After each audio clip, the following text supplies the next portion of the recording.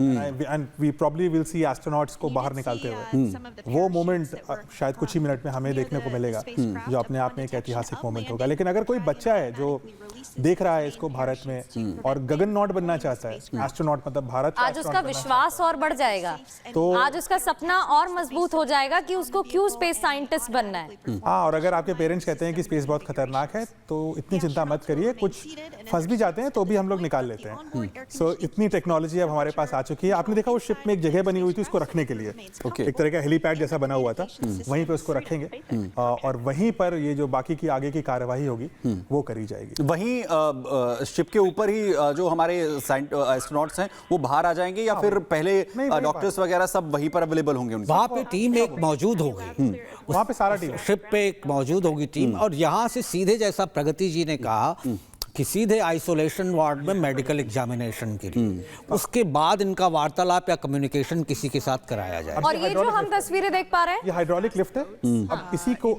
यहीं से लाएंगे और इसको ऐसे उठा लेंगे और उठा करके वो जो शिप में जो जगह बनी हुई थी हेलीपैड की तरह, वहां इसको रखा जाएगा। और यहीं से जो सारी टीम होगी वो खोलेगी हैच, फिर डॉक्टर्स जाएंगे। सबसे पहले डॉक्टर्स की आवश्यकता पड़ेगी, उनको बाहर निकालने में भी शायद असिस्टेंस की आवश्यकता पड़ेगी, क्योंकि हो सकता है वो खुद से बाहर ना आ पाए, थोड़ी सी आवश्यकता पड़ सकती है उसकी। और वहीं से फिर पता लगेगा कि मेडिकली उनको कितने दिन लगेंगे, रिकवर हो जाएंगे इसमें तो कोई डाउट ही नहीं है, बट 2 महीने लगेंगे या 1 महीना लगेगा वो डिटर्मिन इससे हम कर उसके बाद बताएगा। सर, हम आर्टिफिशियल इंटेलिजेंस की बात करते हैं, कितनी सारी बीमारियां हैं कैंसर से लेकर जो एआई से क्योर की जा रही हैं, और हम मून पर जाने की बात करते हैं। और जब ये तस्वीरें सामने आती हैं तो हमारा जो विश्वास है, हमारा जो डिटर्मिनेशन है इन सपनों को लेकर, वो और मजबूत हो जाता है। क्या भारत में जो मिशन तैयार किए जा रहे हैं, जो प्रोजेक्ट्स तैयार किए जा रहे हैं, इस मिशन के बाद क्या उन मिशन में कोई मदद मिल सकती है? एक बात मैं यहाँ जोड़ना चाहूंगा, आपने बहुत बढ़िया कहा कि भारत में जो मिशंस,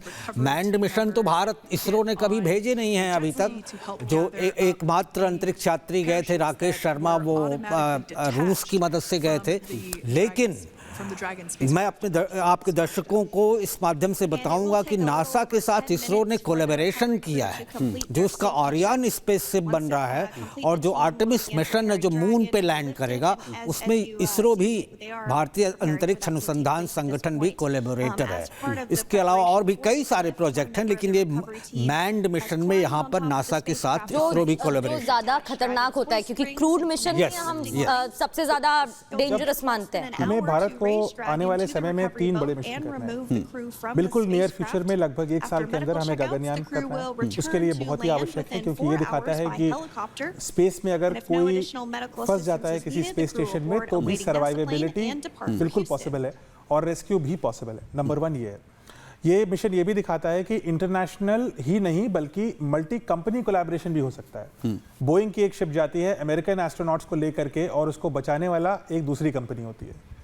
दूसरी चीज हमें ये दिखती है, जो हमारा दूसरा मिशन है वो होगा हमारा भारत अंतरिक्ष स्टेशन, जिसके लिए भी ये मिशन इंपॉर्टेंट है, क्योंकि जो डॉकिंग हमने खुद अभी कुछ दिन पहले डॉकिंग और डी डॉकिंग दोनों करी थी 2 सैटेलाइट्स के साथ, वही डॉकिंग हमें आगे चल करके एस्ट्रोनॉट्स को, जब हमें भारत अंतरिक्ष स्टेशन या गगननॉट्स को हमें भारत अंतरिक्ष स्टेशन में अंदर बाहर कराना होगा 2035 तक, तो यही टेक्नोलॉजी काम आएगी। ऐसा ही कुछ बनेगा। और उसके बाद, जब उसके भी कुछ साल बाद हमने डिक्लेयर किया है कि हम भारतीयों को भारतीय टेक्नोलॉजी से चंद्रमा तक लेके जाएंगे,